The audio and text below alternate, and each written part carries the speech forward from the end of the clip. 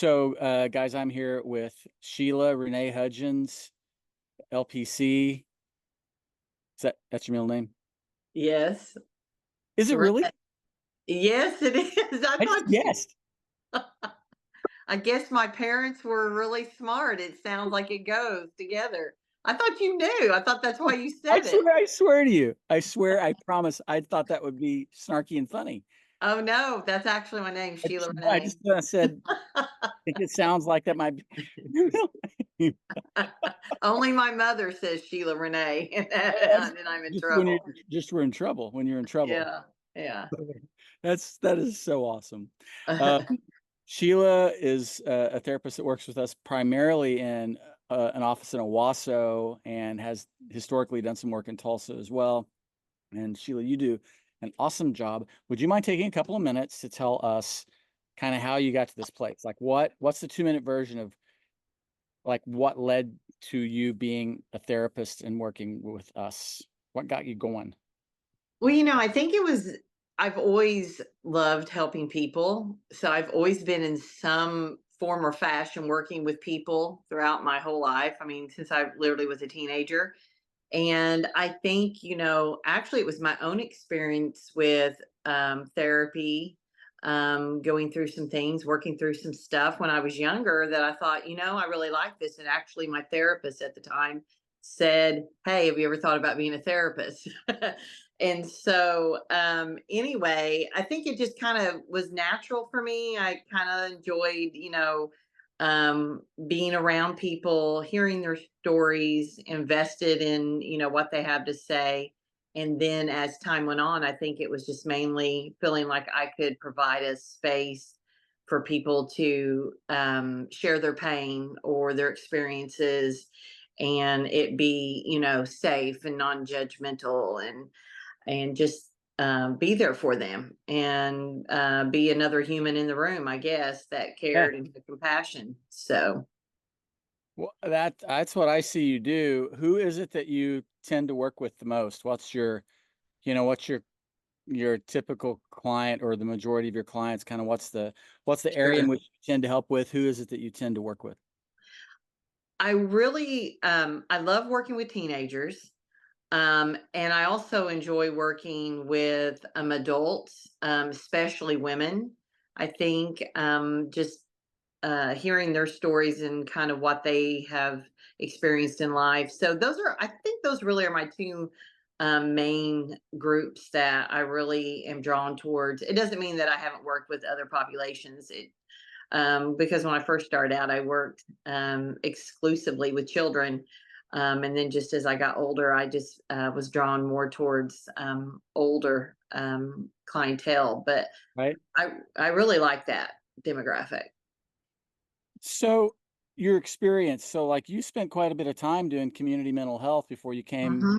over to our office. And so talk to me about kind of like methods, and maybe some stuff that you've learned over the years. You're kind of like, well, it seems to me like, you know, I'm doing good therapy when I do ABC, or I used to think this was really worked, but maybe it Yeah. doesn't work so well anymore. I mean, what are your thoughts about things you've learned?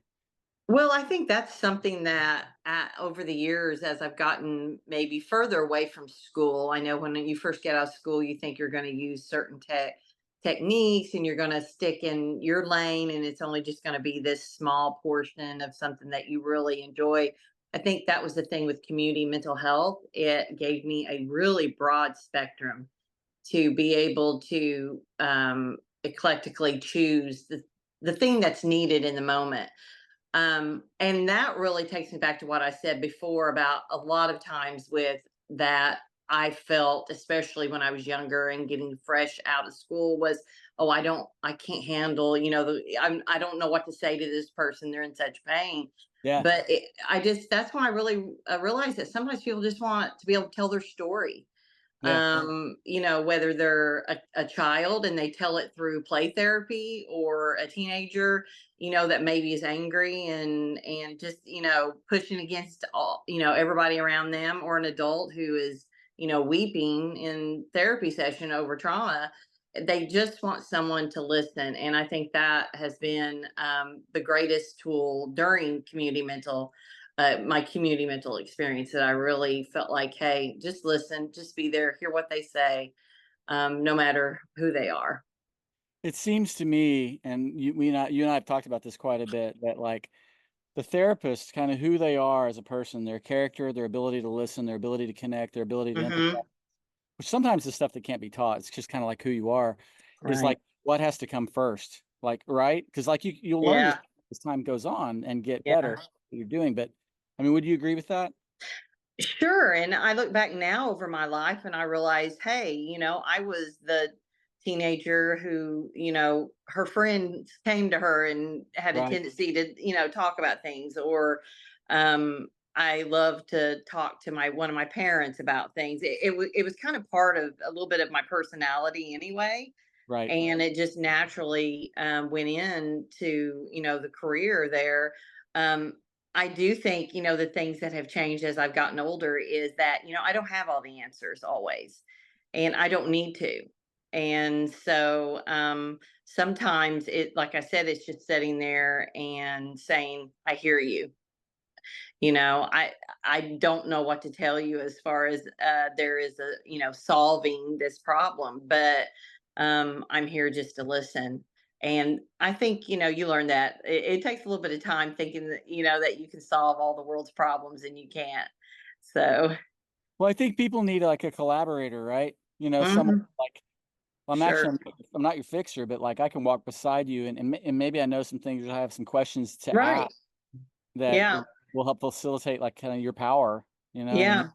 And seeing things, I think, from a different perspective. It's not necessarily you're giving the answer, but you're just saying, hey, have you thought about it in this way? Or, how about looking at it from this point of view? Or how do you feel about it if you try to look at it from that point of view? right. So I think that's really been the key for me. That's how I feel most natural in as a therapist or in session. That comes out of me more naturally than being super confrontational, or that just was not my personality anyway. So I just kind of flowed with that easily, I think. We have like 2 minutes because Sure. you're gonna cut me off because you got people. Um, Yeah.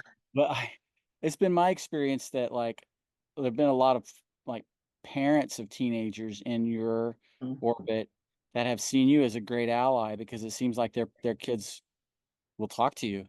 Has that been your experience? Yeah, and what's crazy is I just love teenagers, even the Sure, me really too. like squirrely, angry, difficult ones. Yeah. That the parent, and maybe it's because I'm a parent and I had my own challenges parenting, but I just love it.